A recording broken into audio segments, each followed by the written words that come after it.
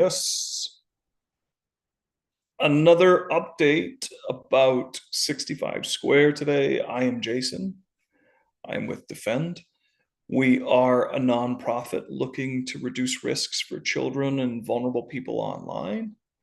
If you don't already know, get on our website, HelpUsDefend.com, to learn more about our major project, 65square.com. It is coming. I guess the .com is not necessary. You're soon going to need to go onto the app stores and just type in 65 Square. So, just a quick update. I mean, last week we had a major update, and you can find that now on the 65 Square YouTube channel. If you don't already know, we have published what is referred to as our entities relationship diagram, an ERD. And if you don't know what that is, it's generally showing all the data points that you're collecting in your database. And we have now made that public. You can go and find that on the website. Search up either 65 Square or Help Us Defend on Google and get on to the 65 Square page on our website. And that was last week. So this week we are focusing on one. I'm going to be talking about passports in a minute, but I just wanted to kind of quickly update about the team's progress. We are pretty much almost finished with in-app purchases, which is a major element that we needed to overcome. We are just wrapping up on the mirror side, which was a loose end that needed to be tied up. We have integration throughout the app. Most of our backend is actually all of our backend is deployed. Our database, we're in testing mode right now. So the APIs are connecting to the database. There is some minor work happening here and there. And generally, we're now integrating the APIs into the front end, which is a Unity framework. So that's basic stuff. We are in the last kind of stages of integration and testing. We will be doing, hopefully by the end of this week, we will be doing full beta testing. We have probably about 10 or so team members across our team that are going to be doing beta testing. If you want to help in some way, if you're into software development or anything really, as far as our activities are concerned, it could be business or legal, it could be administration, it could be just office work, you know, anything, any kind of skill that you might have. If you want to be volunteering to help push this project forward, please reach out.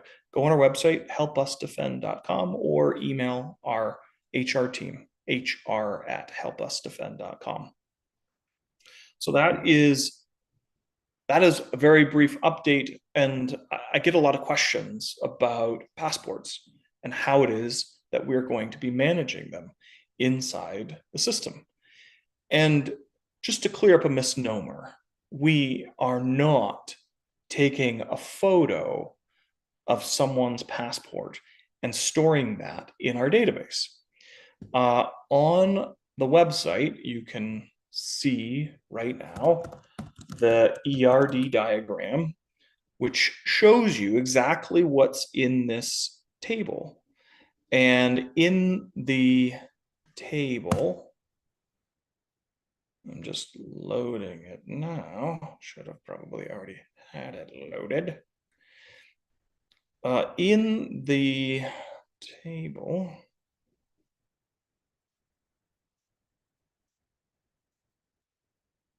So here is where you're going to find it on our website.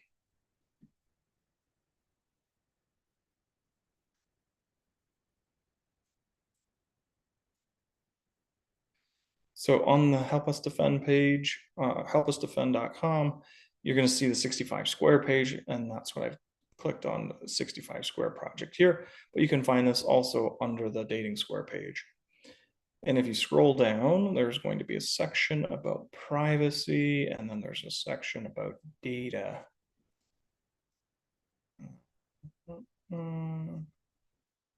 Protecting your data. So here is where you're going to see, this is where we talk about the database, and you can download this. So I'm going to download that and then put this document up on screen.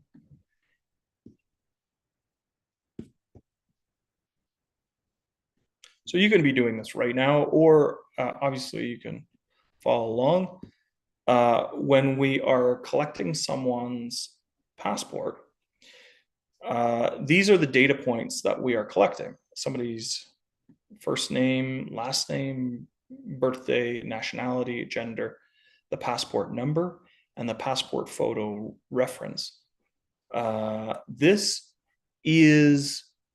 photo reference refers to a URL that would be here. So we have what's known as a blob server, which would store the actual photo that is contained within the chip of your passport.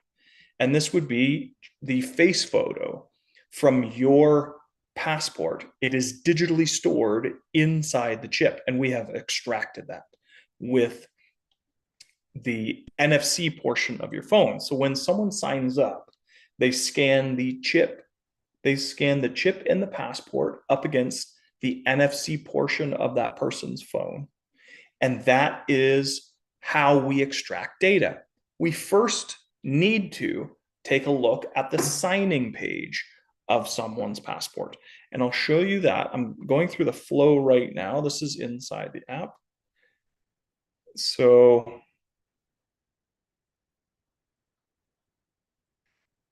after someone creates a username and a password, then they are prompted to pick a subscription level. So these are the subscription prices. You can see 3 months for $30, 6 months for $40, or $50 for 12 months. We also have a VIP membership for 1 year for $1,000. And that is going to be very special privileges. It also has unlimited usage throughout the year. The rest of the accounts have 2-hour daily timers. So let's just focus on the actual, I've now purchased an account, and I'm now needing to set up, I need to do the verification. And this is where the passport comes in. So I would click on this, get started, and you can see here that it's going to open up the camera, and it's wanting to look at the signing page of the passport. Now, I'm not going to stick a passport here. I'm going to put a video up on screen. The video shows us a censored version of this, because YouTube will take down this video if it believes that there's personal information being shared here. So you can see here the passport signing page, the code at the bottom, it's referred to as machine readable zone or machine readable text. So we would be scanning the bottom, and this basically unlocks the, so I'm actually gonna try and show you.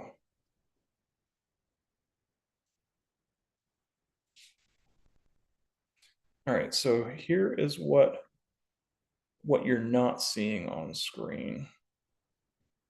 Trying to be very careful about this. So it says, please review the code. And this would be the code at the bottom. So right now, no data has left the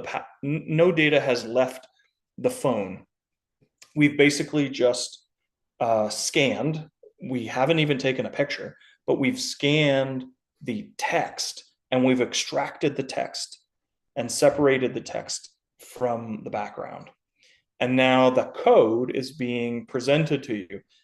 You know, is this the correct information that was captured? So I'll show this. So this is what one is seeing here. And on the video is what you would be seeing is someone's passport number that is found at the bottom of the signing page. So that is key and integral to us being able to validate someone's passport. So we're not saving that strip of information at the bottom. It's used only to unlock what's in the chip. So here is the next step. We confirm that basically, we confirm that the passport, that the characters that were taken from the bottom of the signing page, we are confirming that they are correct. And if they are correct, you push continue and move on to the next part. And the next part is